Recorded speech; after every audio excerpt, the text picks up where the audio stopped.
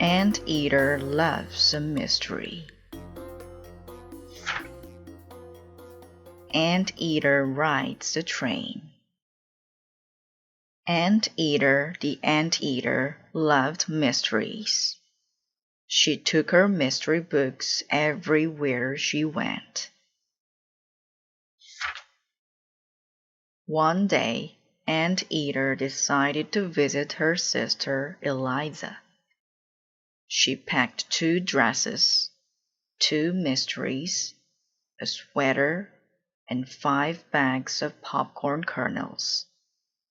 "Eliza loves popcorn," said Anteater. Anteater walked to the train station.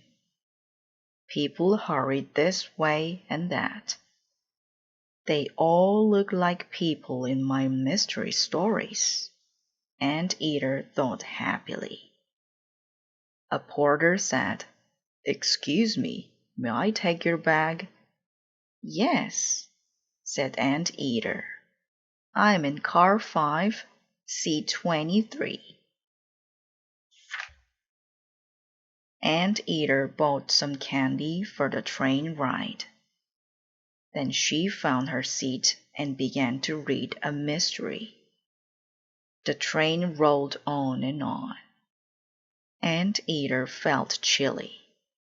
She opened her bag to get her sweater. But the bag was filled with hammers and screwdrivers and all sorts of tools. "This is not my bag," she cried. "My bag was being stolen. Who would steal a suitcase full of clothes and popcorn? I must tell the conductor." Anteater found the conductor and told him her story. "We must find your bag," he said. "Come with me." They told to the banker, a magician, a doctor, and a butler. But no one had seen the missing bag.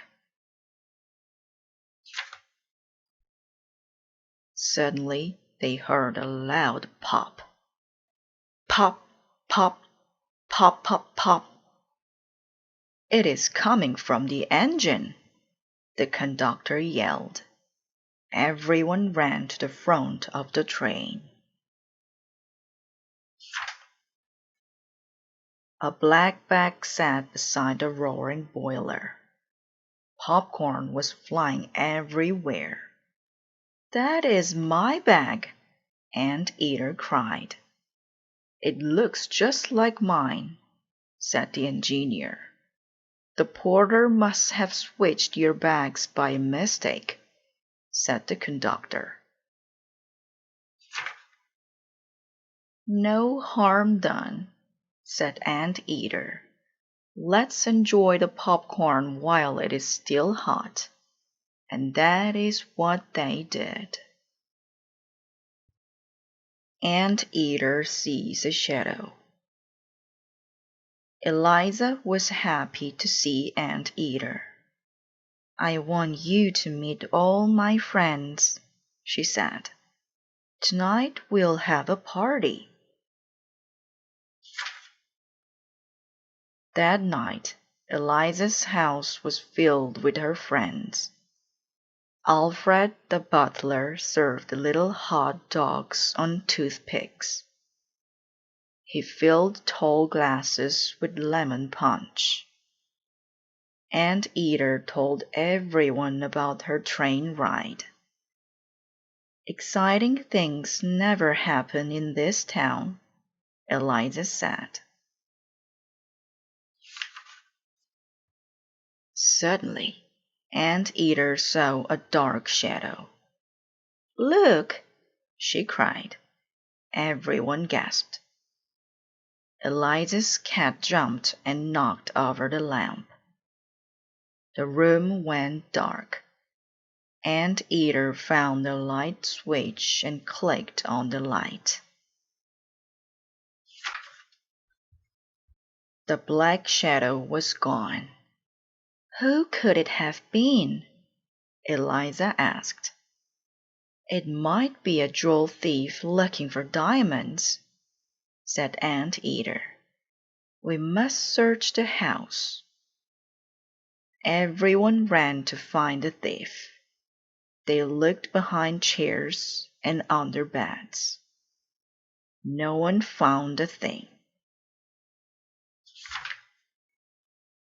Alfred served more punch. Yipe! Cried Eliza. The shadow was on the wall again. The cat fell into the punch bowl. Alfred dropped his serving tray. The shadow disappeared. Quick! Cried Anteater. He may be outside. Everyone rushed outside. They looked under trees and bushes. They looked behind the garage and in trash cans, but they found no one.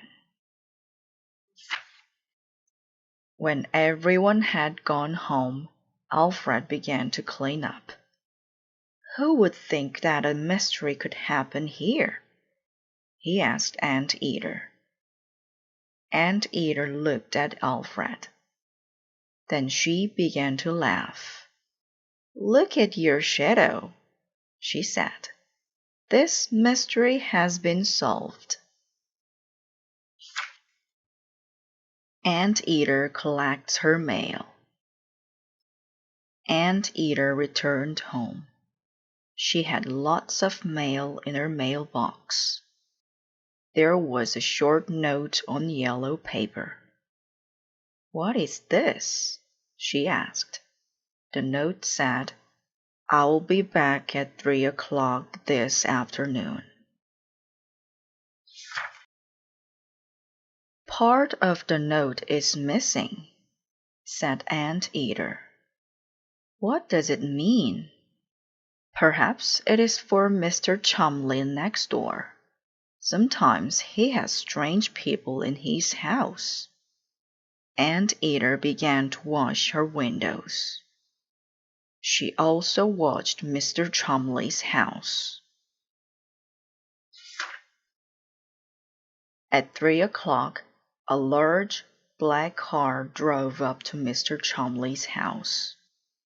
A tall figure in a dark coat got out of the car. He had a scarf around his neck.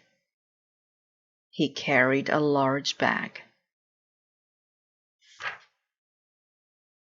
Who would wear a scarf in this hot weather? Anteater asked.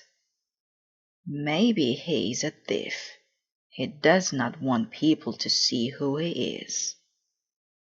Anteater grabbed the note and a measuring cup. Well, I must find out. She ran across the yard and knocked on Mr. Chumley's door. Mr. Chumley opened the door. What a pleasant surprise, he said. Please come in. I need a cup of flour, Anteater stammered. Of course, said Mr. Chumley. But first meet my brother Lester. He just brought back my laundry. He runs a laundromat. Nice to meet you, Lester whispered. You must excuse my voice. I have a bad sore throat. I need to wear this scarf to keep my neck warm. Oh dear, Anteater thought. She was very embarrassed. Lester was not a thief. I am pleased to meet you, she said. Did you leave this note for your brother in my mailbox by mistake? No, said Lester. This is a real mystery, said Anteater. Just then, the doorbell rang. It was the mailman. "Hello, Anteater," he said.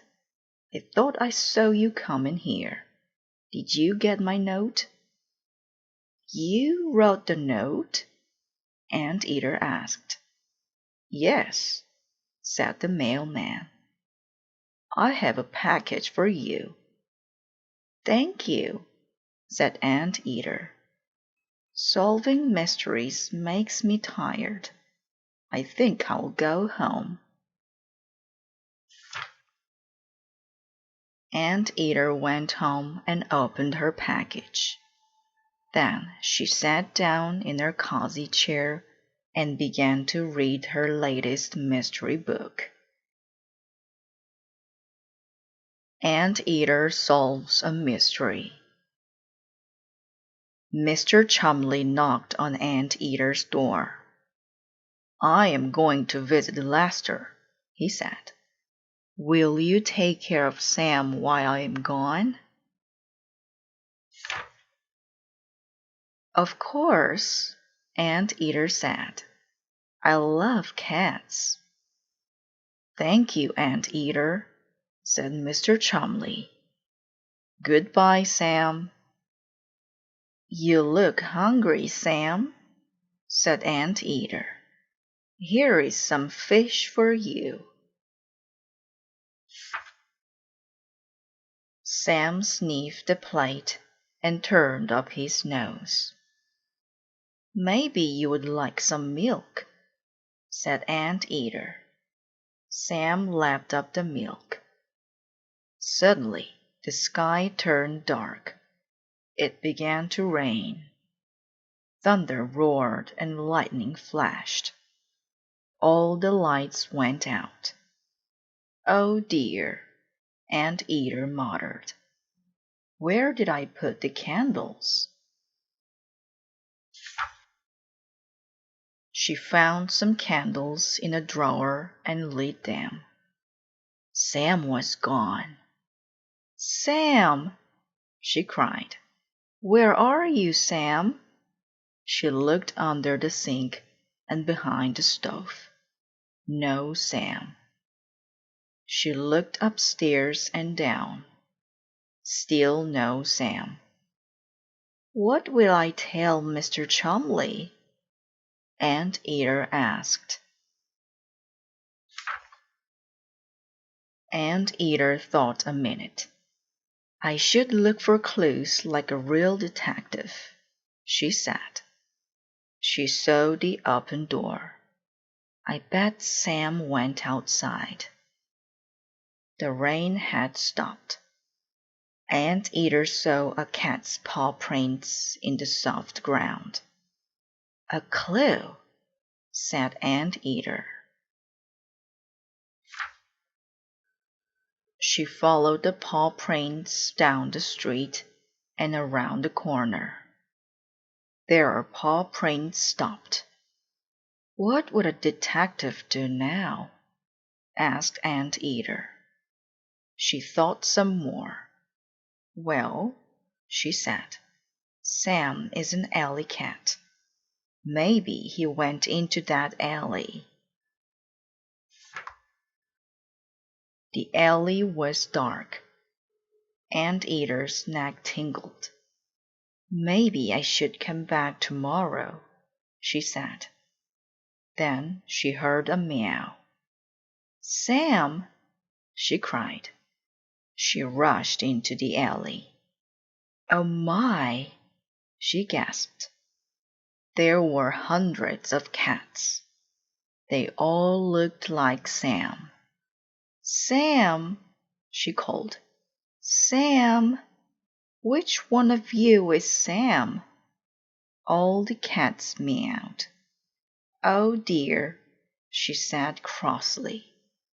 "How will I ever find Sam?" Then Anteater had an idea. She ran down the street. She came back with a package. "Look, cats," she called. "I have some nice fish for you." Hundreds of cats ran to Anteater. They all wanted the fish. All except one cat, Sam.